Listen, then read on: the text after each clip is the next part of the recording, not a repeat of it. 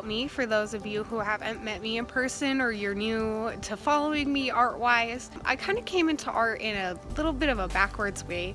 I originally started with singing. I loved choir. I was constantly in choir classes and joining like after school things, like all growing up. And then I got into middle school and I made friends with this girl who really liked to draw, and she was writing her own manga and was doing all this kind of cool stuff. And so I kind of like dabbled around in it a little bit in middle school, but I found I like wasn't very good at it. I kind of have a little bit of a competitiveness in me, so I wanted to keep trying and I wanted to be as good as her. And she was really good about helping me and showing me and helping me learn the ropes a little bit. And then high school came and I auditioned for one of these advanced choirs, and I was so sure that I was going to get in, so I didn't sign up for like a little dinky choir for a backup. Turns out I actually didn't get into the choir that I auditioned for, and I was pretty bummed about it, like I'll admit it. I decided to take an art class instead. I was finding, you know, I still wasn't as good as I wanted to be, but I saw almost immediate improvement. And then I took an AP art course, and I loved the challenges that class brought me. I had to complete so many pieces in such little time, and I'm typically the kind of person I like to work really big. One of my paintings that I was trying to get it into an art museum through a little contest that my high school was having, and I worked throughout almost the entire school day for almost 2 months straight. I was skipping other classes to come in and work in the studio, and I worked so hard, and then my painting did not get in.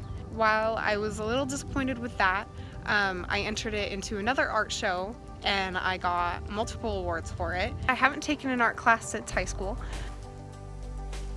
I started an Etsy shop earlier this past year and I've called it Sam's Geek Boutique. So far it's still slow. I have made a few sales on there. A lot of it is just that I don't have a lot listed right now. And while I am bringing in a lot of commissions right now, the commissions take quite a bit of time. Oil paintings take me anywhere from at least 6 hours to God knows what. Watercolors don't typically take as long because the medium dries fast. A lot of my watercolors, I actually use some of my alcohol markers, my art markers, to help get some of that finer detail in. I don't sit down and, you know, doodle for like 10 minutes. I sit down and I spend 4 to 5 hours sitting and just painting or drawing straight for like almost a whole day, sometimes on my days off.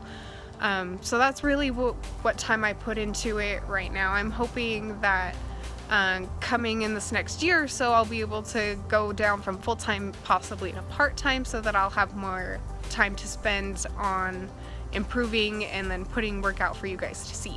But once it gets going, I'm hoping that I'll be able to enroll in some classes, finally.